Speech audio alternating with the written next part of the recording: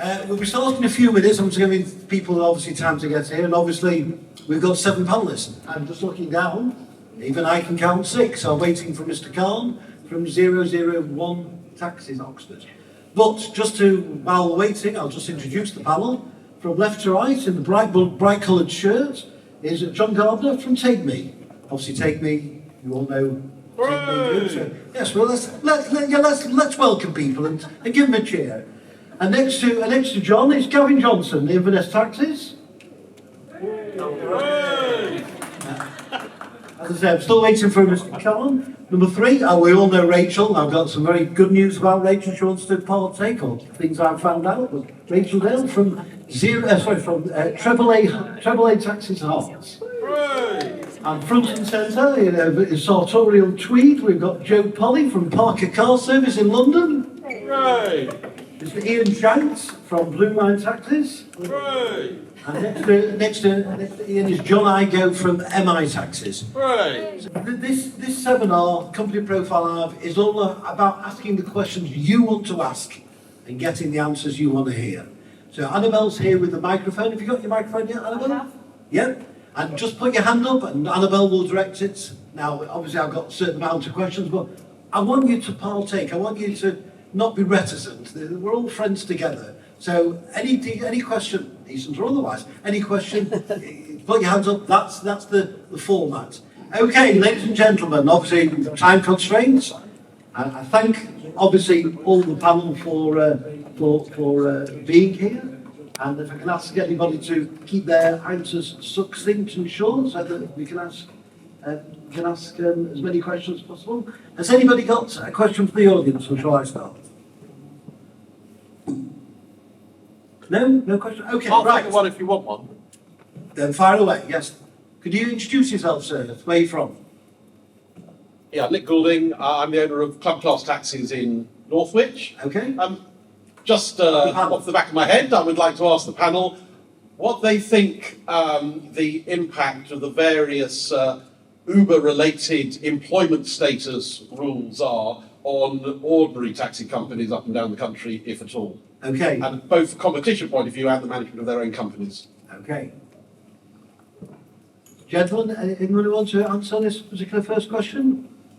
Well, I'm taking Uber as a competitor of any sort, whether it's used or... Do I need a microphone? I'm seeing that just as another competitor. It doesn't matter whether it's a gig economy company or whether it's you. It's just what we do is we provide the best service we can to our drivers, and those drivers that want the personal service with the qualities that we give them will come and work for us. Those that want to evade the rules, I would say, because I'm not going to say we don't have rules, but they just seem to be on a local basis. What's the word I'm looking for? Uncontrolled a little bit. So there are drivers who want that. So, but we just go with the personal service, and it seems to be working for us. Do you want to answer that, John, on that particular question? Exactly what Ian said, really. We're a family business, and we talk to our drivers. I've actually took a Wolverhampton licence on during COVID, and I've got more Uber drivers applying than I have for my own local authority. They've come to join us because they've got something to fall back on and talk to. That personal touch then, more than... Yeah, the personal touch. Yeah. Okay. I know, like with employment laws and uniforms and things like that, but I do provide uniforms for my drivers if they want to wear them, and 99.9% of them want to wear them. Gives them an identity. Yeah. Okay. Sorry, I think Joe, I was going to ask Joe another question here, but if you want to carry on with that.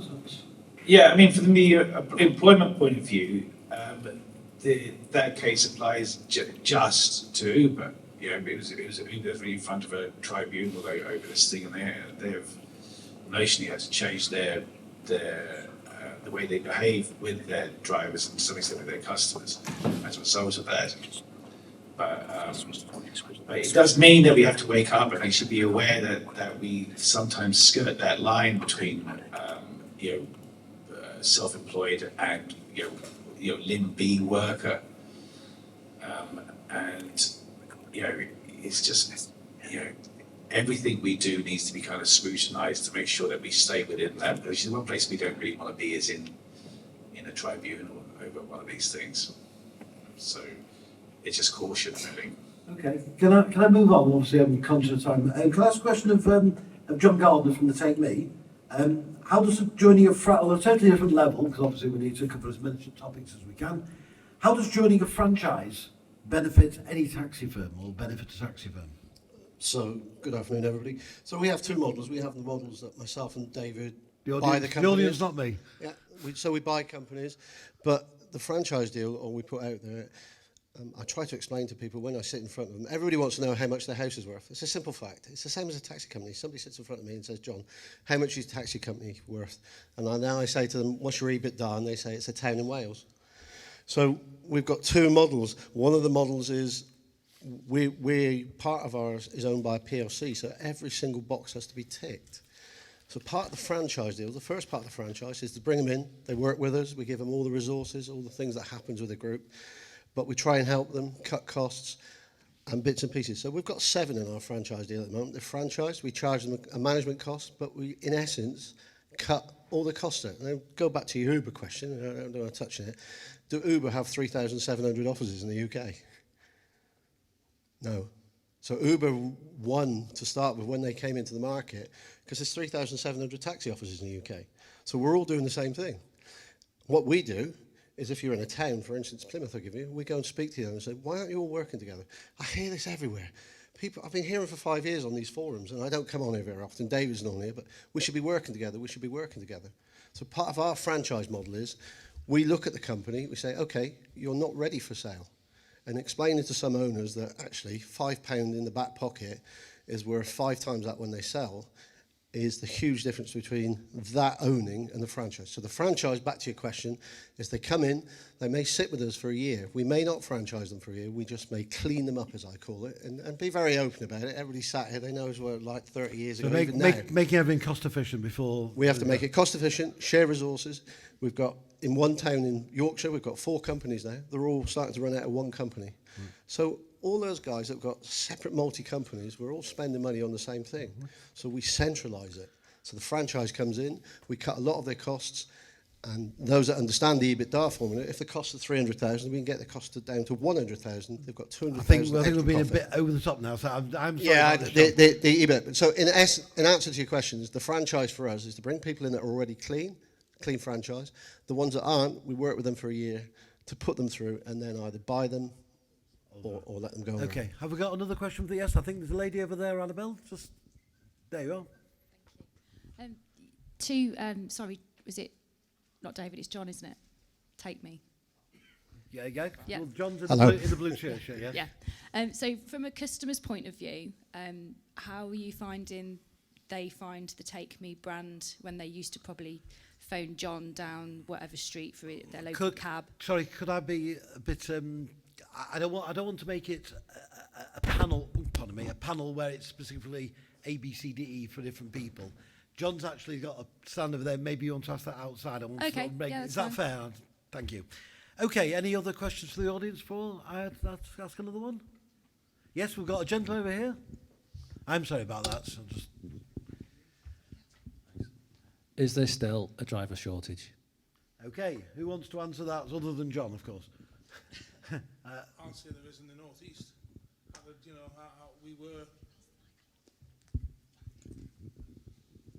we were once a fleet of 1,150. We're down at about 860 at the moment. You know, I've sold a lot of cars. I've probably got 80 cars still parked up. So yeah, you know, there's a demand there, and there's a shortage of drivers. So you finding that, Gavin, as well? Rachel, do you want to ask that question? I think Rachel Dale from AAA Taxis Hearts. So we do courses every month and they're full. I wouldn't say it's so much a driver shortage as a delay in getting them licensed and getting them on the road with vehicles. we're getting people come through that are interested, but then it takes months to get them on the road. That's where the problem is. Is this purely because of licensing conditions and It's different councils different being... councils, Well, DBSs. yeah, I think Gavin wants to explain. I remember speaking to Gavin about this. Yeah, so I operate in 2 different cities, Inverness and Aberdeen, so totally different ways of operating. In Inverness, we're probably the biggest we've ever been because we can recruit quickly. I can actually have a driver started within a week with a temporary license and then a full license after a month, and that's the same for putting a car on the road. In Aberdeen, it's the exact opposite. There's a shortage of drivers, demand is there, and in my mind, there's a safety issue there. It takes us, if you're lucky, 12 months to get a driver on the road, and there's no guarantee you'll pass the test at the end of the 12 months. That's because they make them sit a knowledge test. Private hire drivers sit a knowledge test, the same test as a Hackney driver, which is wrong. And I believe the only way to fix this is that the act that the authorities follow, which is a 1982 act, which is now over 40 years old, needs to be addressed by the trade. So basically what you're saying is the driver shortage now has been created 12, 18 months ago, and it's now coming through the systems, and now we're hitting something that happened 12 or 18 months ago. I think, Mr. Hassan, I was going to ask you another question on aggregators, but if you want to briefly answer this. Amir Hassan from Minicabits. Hi, so we've got about 800 cab operators, private hire operators on our network around, around the UK. I would say that we're seeing a mood change, actually. So last year, we had partners who worked with us, who kind of went quiet, obviously, during COVID, and they kept saying, look, we don't have enough drivers, and so on.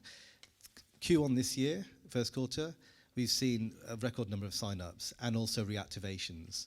So what that kind of tells us is, more fleets, they've got the capacity. I agree that it's probably more of a licensing issue in some areas, and they're hungrier for more work to retain those drivers. So it's probably maybe selective times of the day where there's some strain, but definitely it's not as tough as it was in the last couple of years. So basically, we should be in a couple of years' time going through. It should be back to normal. Okay, let me ask a question of Joe Polly, which was one of my prepared questions. Anybody ready for another question from the audience? No. Basically, Joe, obviously you're involved with Parker Car Service in London, huge concern in London. What are the benefits to the customer and the operator of soft mergers, which obviously I know you've pioneered in 15 or 10 years ago, whatever? Yes, indeed. Obviously I'm an operator, but we've been in collaboration projects for some time, and ultimately now, I mean, the major news on that really is Cab Fusion buying a dispatch system. So it's got a platform for exchanging work, and now it's got a dispatch system too. So this is operators joining together to actually be able to work together, because to date, whatever dispatch systems you're on have kind of held you captive. They may let you work with other operators on the same software, but there's very little opportunity to work across platforms. And with the sort of incoming threats that we have, that's changed the landscape that we all exist in, we are starting to recognize we need to work together. And together we are just so much more powerful.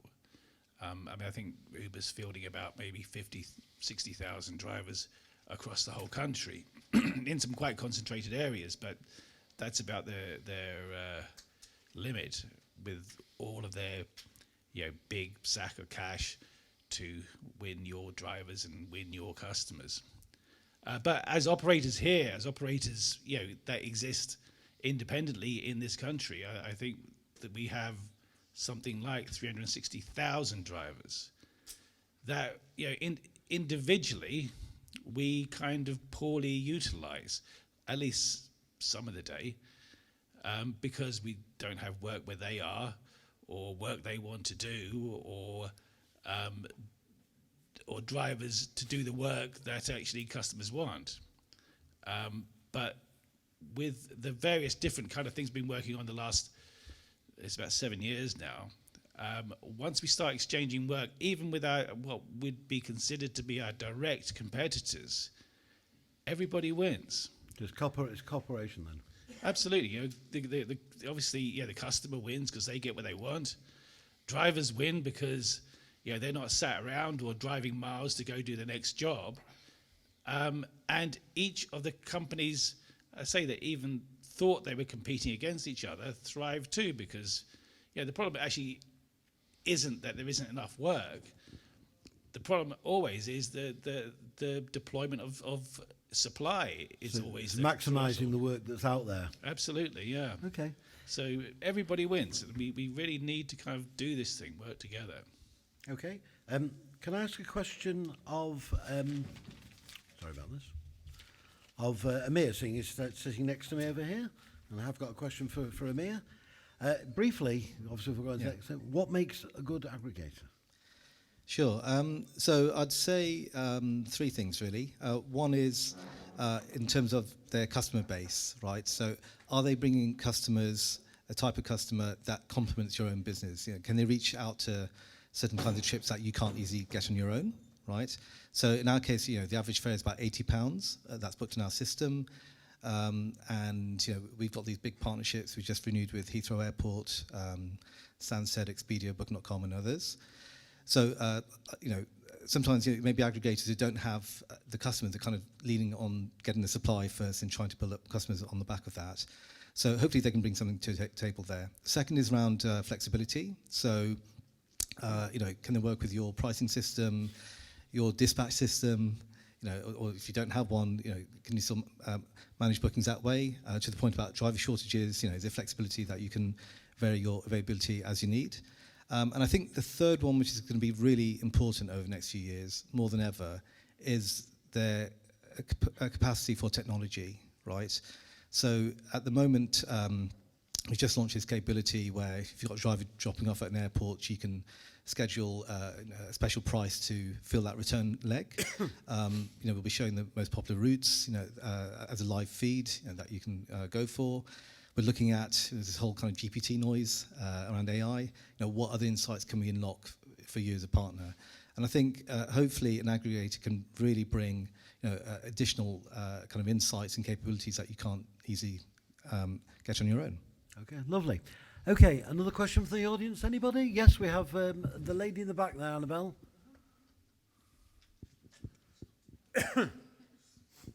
Hi, as you've got quite a lot of drivers across the whole nation, can we just ask a question?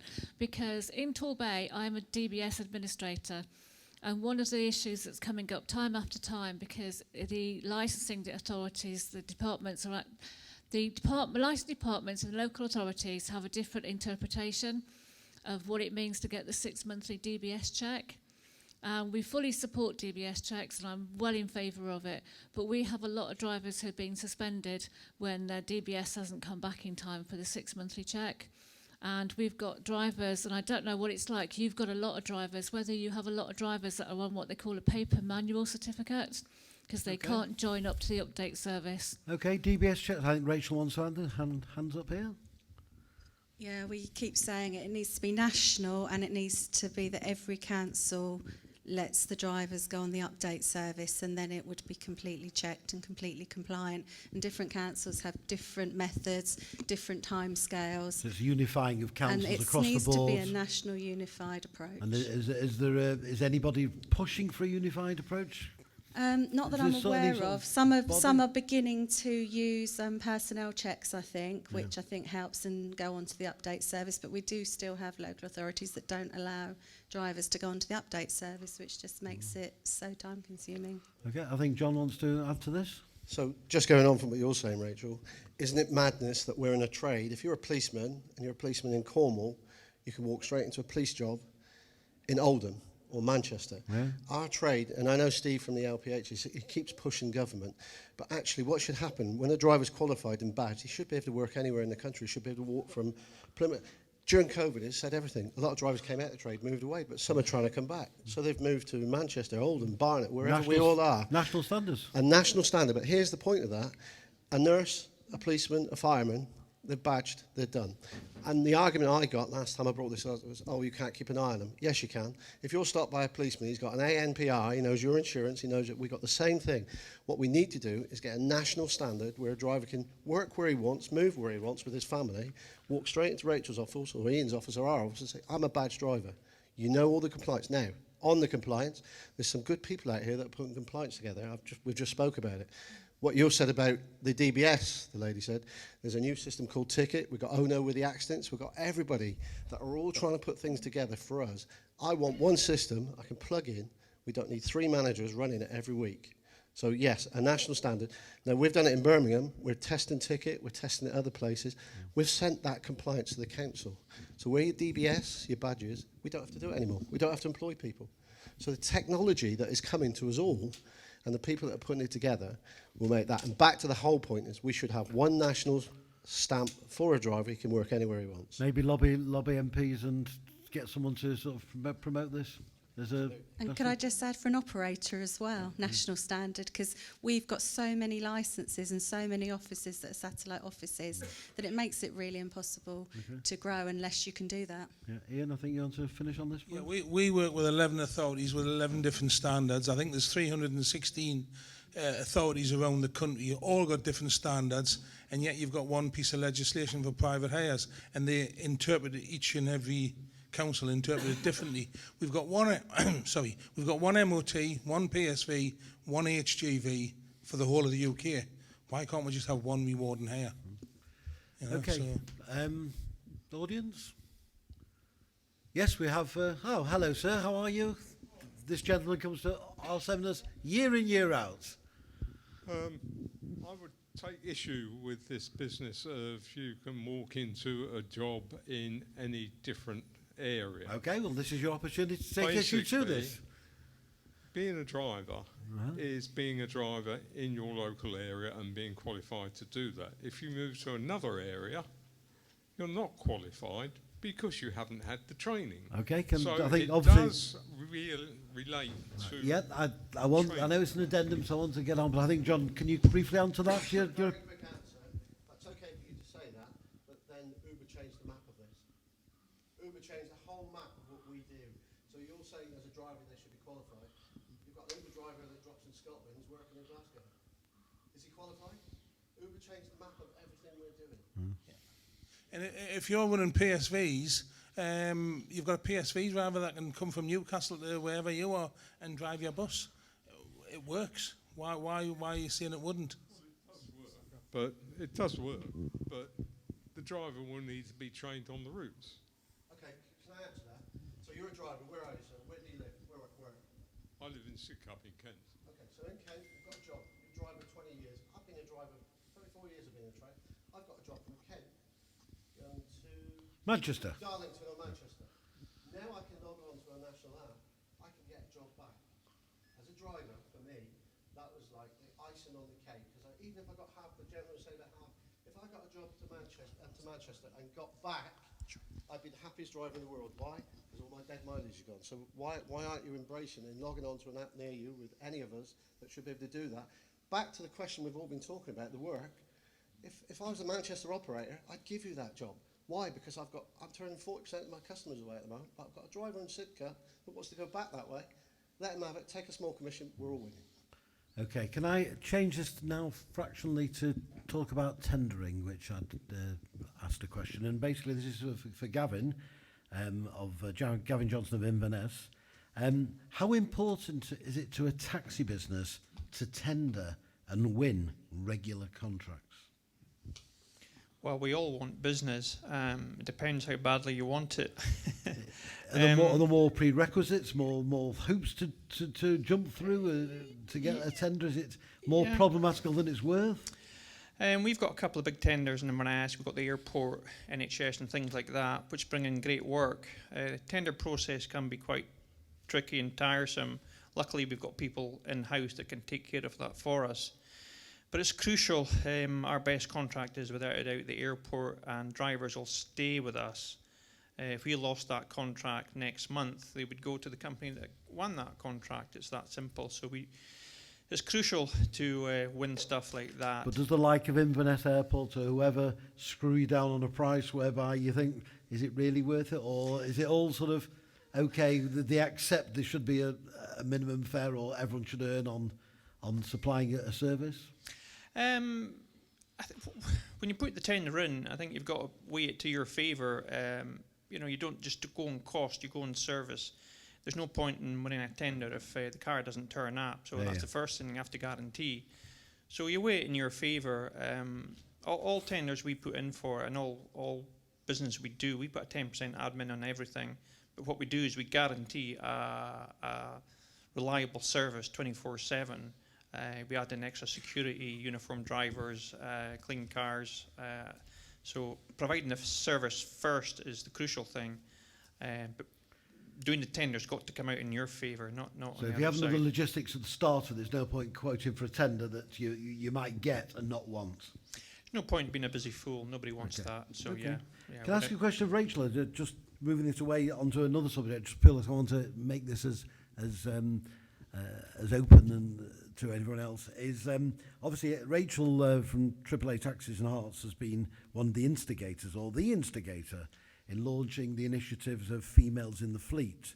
That mission was to make females more accessible to the trade. What do you feel is holding women back in joining what has predominantly been, up until this time, a male-dominated industry? Well, Graham, Lisa and I talk about it all the time. It's safety and security. So if it's not safe enough for them, it's not safe enough for the current drivers.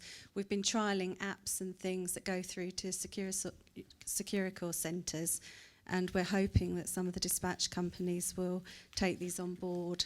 And what we have seen is that the industry as a whole has embraced it. There's sponsorship for different dispatch companies to get females on board. And then just a little bit of mentoring. We've just done it as an awareness campaign, and it's definitely got traction. But it's definitely safety and security, and that goes for all our drivers. And across all genders and races and sexes as well. Okay. John Igo from MI Taxis. As a Hackney operator, you cannot fare surge. But what do you do instead? What we you're, do, you're a mixed fleet, are you? Yeah, Do we're you wanna mixed explain fleet. to the audience? We're a mixed fleet. We've got private hire and Hackney carriages. What we do, obviously we're just in the local borough, we can only charge what the metered rate is. But as soon as we go out of the borough, we can add 5%, 2%, 3%, depending on where they're going. The problem, well, not a problem, but we've had to up our airport runs because of parking. You drop off at an airport and it's like £5 just to drop off, £5 to pick up, so there's £10. And that's the way we operate, but we can't do anything. And we keep our fleets both the same, so if you ordered a vehicle through us, it was a private hire, it'd be £5. If it was a Hackney carriage, it'd be £5. We also do, on our app, we've done fixed fares, which is on the meter, so which is metered within the borough, but it's helped us with the customers because they know every day it's going to be £5.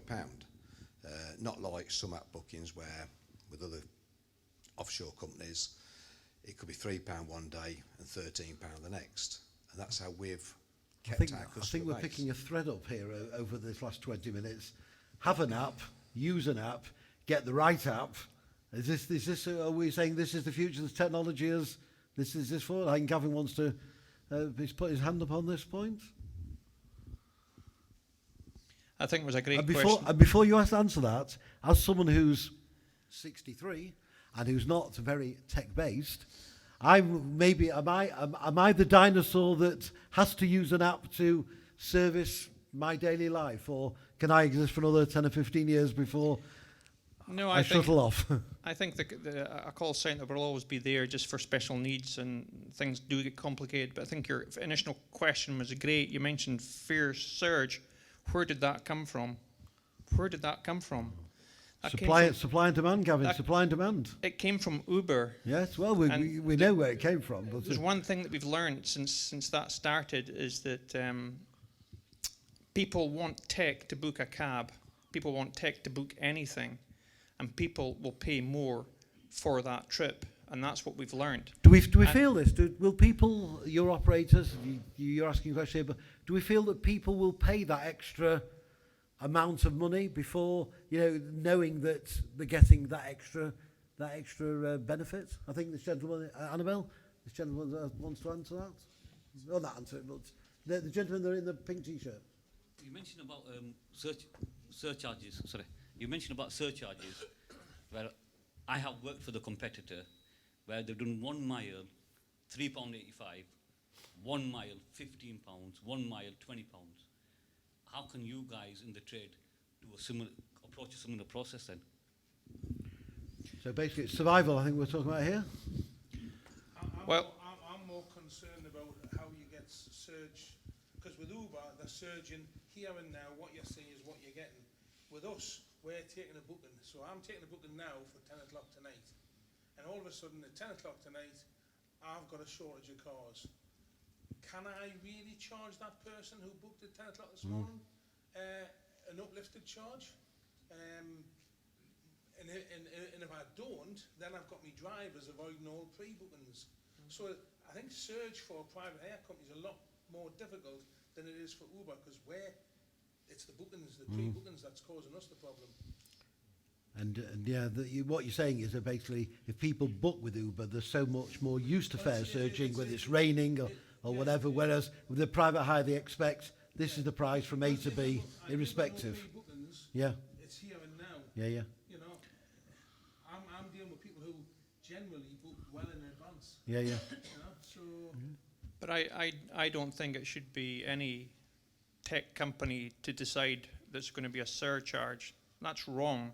If the individual wants to pay more to get home, let them have that choice. Tech is there, so if I want to get home at 2 o'clock in the morning, I'll tell the tech company I'll pay more. So it shouldn't be up to the tech company. That's my opinion. Okay. I think yes, Annabelle, we've got the gentleman over there. Good afternoon. I'm Ashley Manick, and I'm starting a executive chauffeur as a new operator in Winchester. And in relation to technology, I'd be grateful for your feedback in terms of whether you have developed your own apps or whether you have taken something off the shelf because you found it already works straight off. Thanks. Okay, who wants to answer that from the panel? It looks like Gavin, yeah. I don't want to hug the mic, but yeah, we've kind of developed our own app, which does just what I'm saying there. We allow customers to pay a surcharge, but it's their choice. We don't tell them. So it's being transparent all the time. Yeah, it's totally transparent. We put connect drivers with customers and open up communications for them. We let drivers have an option of what to charge the customer. It's up to the customer whether they take that price or not. So it's totally transparent. Can this be translated nationally as well with your app?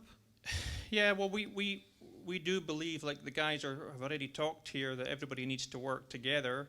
And also, like I mentioned, the majority of the public, they want tech to book, but they want one app when they move around. So we would like to think what we're trying to do would allow operators to work together and allow the public to have that same sort of service as these big multinational apps. Okay.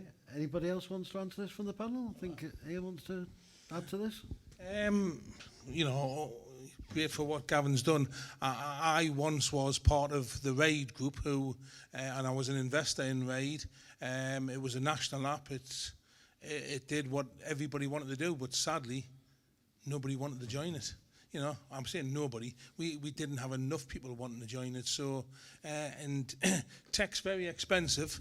You know, I think the RAID app, over the period of time we had it, cost us, between the 22 operators who were operating it, cost us over 3 million quid. So it's not cheap, and you've constantly got to keep updating it and so on.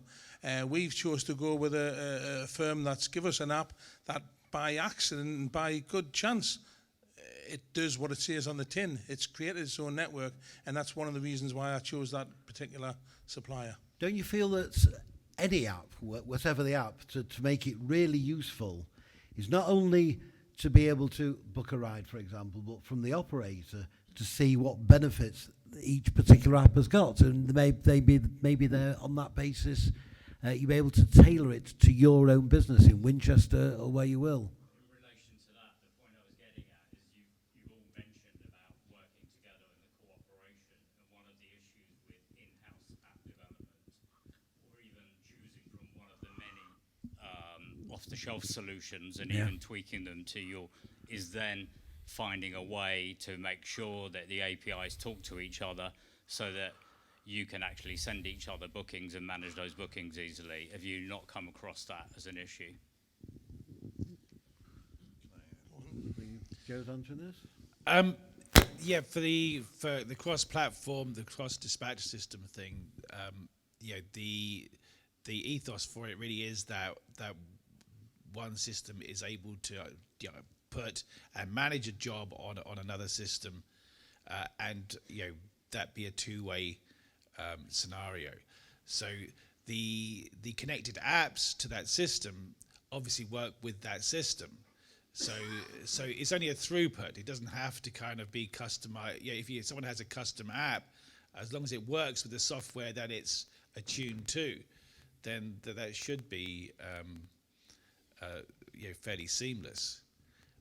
Because these things have got to work. So the idea, in the past, people have kind of talked about kind of everybody being on one system, but you try and get an operator to change their system, it's like DNA changing, isn't it? Really, it's like fundamental to them. So the systems have to be able to kind of collaborate together, as they are.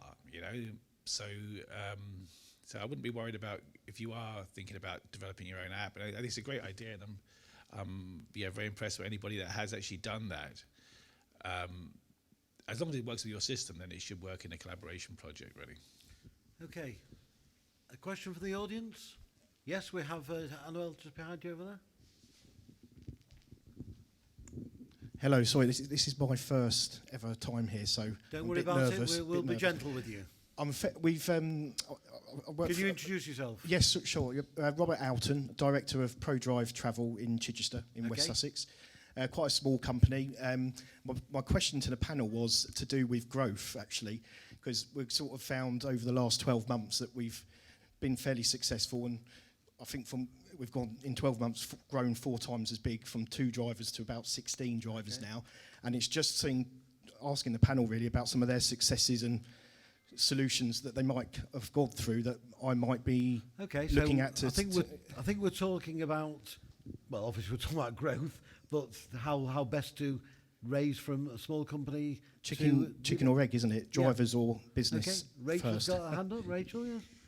If you'd been here last year, we all were talking about how we really care for our drivers now. This sort of idea that they're just out there on an app is not how it's got to be. That personalised service, they're your customer as much as your customers. So that's one of the things we were talking about. We've had a real shift change in that. We don't just see them as people in boxes out there. We give them the personal service. We at AAA have an open door policy. They can come and talk to any of the management at any time that we're open, and that's what works. We're talking waitress over little, are we? So in answer to your question, we have opened up 12 academies throughout the country. So we have, in fact, same as Rachel, she's the forefront of it, but we have 12 academies. Each academy is bringing 25 applicants through. Okay, whether you like Wolverhampton, whether you like wherever it is. And Rachel's quite right. There's 2 key elements that we have. We've all got customers. We've got more customers than we can ever deal with at the moment. And drivers back in the day would rule the roost, or we would rule the roost, get rid of a driver. We have 2 key elements that we use. It's called retention and recruitment. Recruitment's the first, get them on board. Rachel's spot on. Years ago, when a driver upset you, you just throw them out the door. These days, you have to sit with the driver and say, why has it upset you? You have to spend the time and money and the people and resources to say, why would you go somewhere else? So the 2 key elements to us, to answer your question, is retention and recruitment are the head of whatever we do these days. Okay. Hold on. Oh, sorry. It was also, I know that we've got a couple of fairly big companies on there that have gone from maybe, at some point you had 20 cars and you've gone to 800. And, and just sort of trying to find out, really, from my perspective, is that to do with finance? Is it soft merges? And how that's changed since COVID? And what do you think is probably the best way forward for a company with that? An 800 car fleet on the panel? Or 800, answer that question. Pre-COVID, we were a big fleet, and before Uber, we were just constantly growing. But since Uber's come along, and specifically since they brought this idea that drivers are self-employed, which they are, but back then they were self-employed, they paid you one week, and they would terminate you the next week if you weren't up to the job. But what you're hoping to do is be as good next week as what you were this week, and they'll continue servicing with you. Now, we can't, as an operator, and it may be a problem you're all encountering, is we don't know how many drivers we've actually got working with us, because drivers are, I'm going to say, short-sighted, that they're just looking for the next biggest fare. And they're multi-officing, and we believe we've got drivers out there in the hundreds, but we actually don't really know. That's a problem we've got in the northeast. Growth, we're still starting drivers, but I'm going to use cleansing drivers, because often we see drivers not even doing 10 jobs a week. I think at the moment our average drivers doing about 50 jobs a week. Once upon a time that was 100 jobs a week. So there are drivers starting with us, but again, we don't know if they're doing a full week's work or not. But that's a problem we've got, where drivers are multi-office, and you might not have that in the areas you are. Okay, thank you. I think, Mayor, do you want to conclude on this point? Yeah, just to add, I'd say look, a big opportunity in the industry for all of us is around pre-booked trips. A lot of ride-hailing apps are pretty weak at offering that, especially Uber. And so I'd say that the more you can line up a pipeline of pre-booked trips, you can kind of show that value to drivers.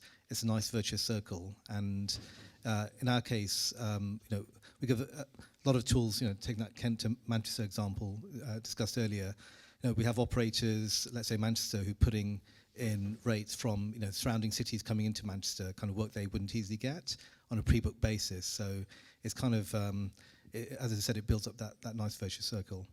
Okay, now that we've warmed to the occasion and everyone's answered questions, does that lady now want to ask that question from about 20 minutes ago?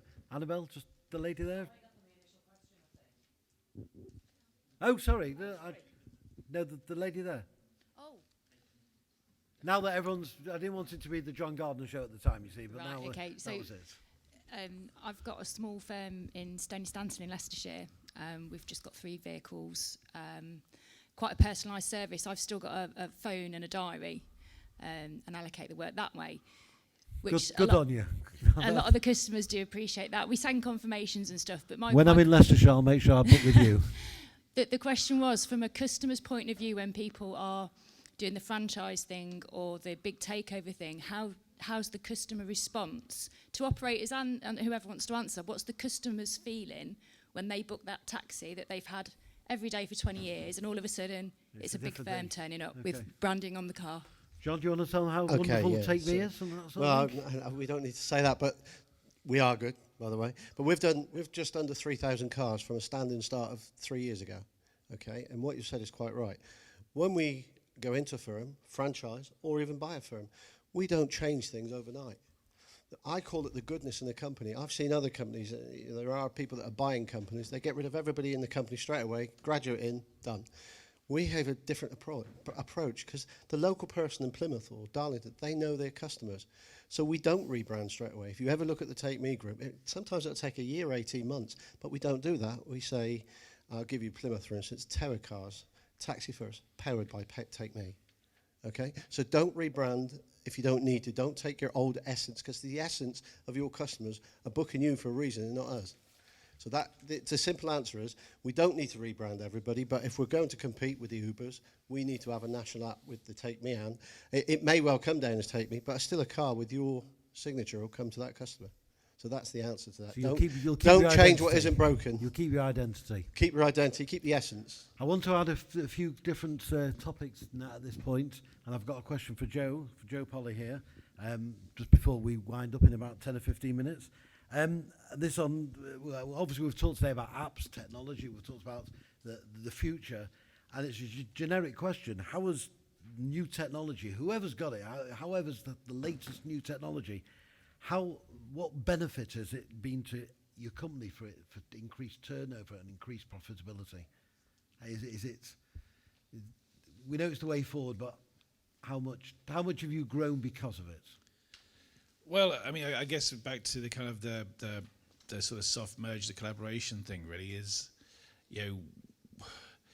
with drivers, that's our resource, that customers buy into, and we can do things. We can get bigger cars, or we can buy more fuel. We can give drivers longer, more lucrative trips, maybe. But the one thing that we cannot do is increase their time. A driver's, if we have a driver who's being utilised, he gives us 10 hours, 12 hours a day. That bit, that's finite. But by working with other companies, we have managed to fill that time with more work, because the work that would mean him running far away to pick up for perhaps a short job, we can dispense with and give it to someone else who's got someone there, and instead he can do 2-3 other journeys which may be ours or may be someone else's, and fill that time in. And that's it's working clever. Yeah, it's just a virtuous cycle. Again, everybody wins. The driver earns more money, customers get better served, and each company does better. And in terms of actually the question just before, I mean, we have customers that don't want anyone else but us. We experience that.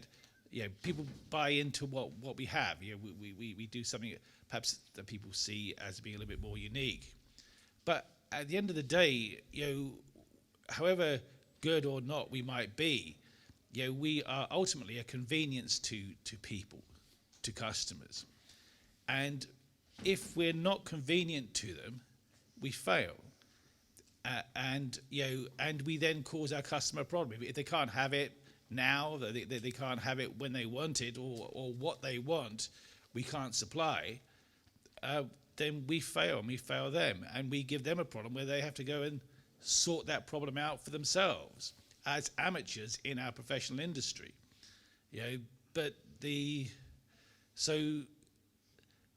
People will actually be happy as long as you give them what they want, and us working together, we can achieve that. I mean, there's probably people here that are in some corner of the world that one time in a million we'll get a customer booking us from, and actually currently we would send someone all the way there to go pick them up. What a ridiculous thing to do, really, in this day and age, when actually one of you guys is sitting right outside this guy's door. Gavin, do you want to, I know you put your hand up, just briefly answer this, because I want to wrap this up and ask a few questions before we... Yeah, just quickly how I use tech, how you grow. I don't want this to be a plug, but I'm just going to give you this as a fact. Since we launched in Inverness a couple of months ago, we're the largest company we've ever been since I've been in business for 30 years. I have close on 100 drivers wanting to join us, but more importantly, it's the people that have approached me and wanting to do business with us. The Pub Watch group, for instance, they've got stickers in all the ladies' toilets about what we do. The Highland Council actually called me to a council meeting to explain the concept of what we're doing. And after I told them what they were doing, I got applause from the councillors and commended me on the safety that we're bringing to town.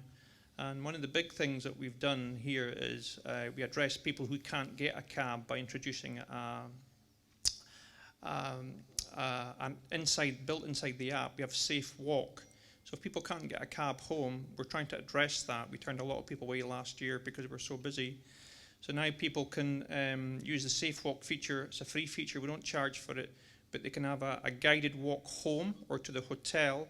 They send that walk to their loved ones, and if anything happens on that walk home, they can alert an SOS, which alerts the local cab company, their loved ones, and any cars in the area. And that's a free service that we provide as a community thing. So with what we've done, it's helped us grow, and it's got recognised by the authorities. Okay. last few questions. Anybody from the audience before I ask? Yeah, the gentleman again here. Yes. Well, that's good. We've looked after you. See, we're very gentle up here. I suppose the ultimate question for me would be twofold, really. What do you see as Uber weaknesses to the industry? Okay. And are we fighting a battle that ultimately we can't win? Especially if Uber are going to start. Hang on, maybe this is 3. If Uber are going to continue to jump on the back of dispatch systems, how is that going to work in sort of 5 years' time? Do you think? Okay. Can we be succinct but answer this? Somebody? Yeah, I think John's doing this. So we actually have Uber in 8 of our local companies. The word Uber shouldn't frighten people. In Birmingham, I'll just give you that company. When Uber lost the VAT appeal, we took on 72 drivers from Uber on the local. If you go on any site now, you'll see such a bad name that Uber's getting in, and we're all open about it. Uber are surging. The drivers actually think Uber are charging them 45% commission. A driver's a driver. They think it's not. It's 20% VAT. So I think Bolt, Ola, all these other companies, you'll see them, they come and they go. And Uber will stay, but for us, Uber woke us up to what we should be doing. So we're not just competing with them, we're working with them in certain places. And actually the drivers that you'll speak to are saying, it's okay. Okay, I think Rachel wanted to... Yeah, there's a lot they've done that have paved the way for us. They taught our public to use an app, which when we then introduced an app made it very easy. But what you want to do is be available on the phone, because customers want that, someone they can talk to, and then put a lot into your pre-booked work. We allocate our early morning workout and people book with us because they know that they'll be guaranteed a driver. So, there's swings and roundabouts, but you can use some of the things to your advantage. I think I may want to mention this. Just very quickly, I mean, I'm no lover of Uber. They're here for you, and they don't want you here. Yeah, any of these kind of collaboration things with Uber is finite. Once you've passed your use, you're over. Okay. But just very quickly on that, in terms of hope, we are many. We are many, 360,000 to 50, 60,000. Their big advantage really is that they're snappy and they're quick and they get the job done. And it's easy for drivers, easy for customers. We just got to make it easy for our customers. And that's by working with each other. 360,000 against 60,000. And there's 360,000 in every hamlet, every town, every city corner across the whole country. We're already there. We just got to get a little bit more efficient, that's all. And that's technology, really. I'm with John. I don't like Uber. I just don't get it. We've got a little pound coin here where drivers make 1,000 of those a week or 500 or whatever it is. And each time they spend one of these pounds, the government gets a little bit of tax and a little bit of VAT from it. That money pays for our health service, the police service, the education, the benefit system. If we start giving those pounds to Uber, the money doesn't come into our economy and we're stuffed. So I'm all against Uber. Give my money to a gig economy that doesn't pay nothing into our local day-to-day services. Okay. Dame, do you want to conclude on this? Yeah, I'd say, look, so as the gentleman said, Uber generally have helped raise the game for the industry, right? But I'd say, look, don't be deceived about their power, right? First of all, if you kind of compare it to Amazon and retail, it's not like they own every pound of that's spent in every shop online or offline, right? Yes, they're a big beast, but they can never dominate, right? Secondly, if I look at our business, so over half of revenue is generally in the kind of southeast area, and you think, well, how come that is even now, given Uber's kind of strengths here? And what we've seen, especially post-COVID, is they've really kind of normalised their pricing. Now before they're kind of subsidising to bits, right, the customer's price and what they're paying the driver. They've had to grow up and realise, it's a road to ruin. Yeah. So look, I just say, the big weaknesses, as I said, pre-booked trips, they're not strong, and now they're kind of dabbling in boats and coaches and everything else, trying to be a marketplace. It kind of just shows you that cabs are not going to be their core. Okay, ladies and gentlemen, I hope you've enjoyed this last hour. Can I personally thank our esteemed panel, John Gardner from Take Me, Gavin Johnson, Inverness Taxes, Rachel Dale, AAA Taxes. I've mentioned that more as if I'm on the payroll there, but I seem to remember to heard more than ever.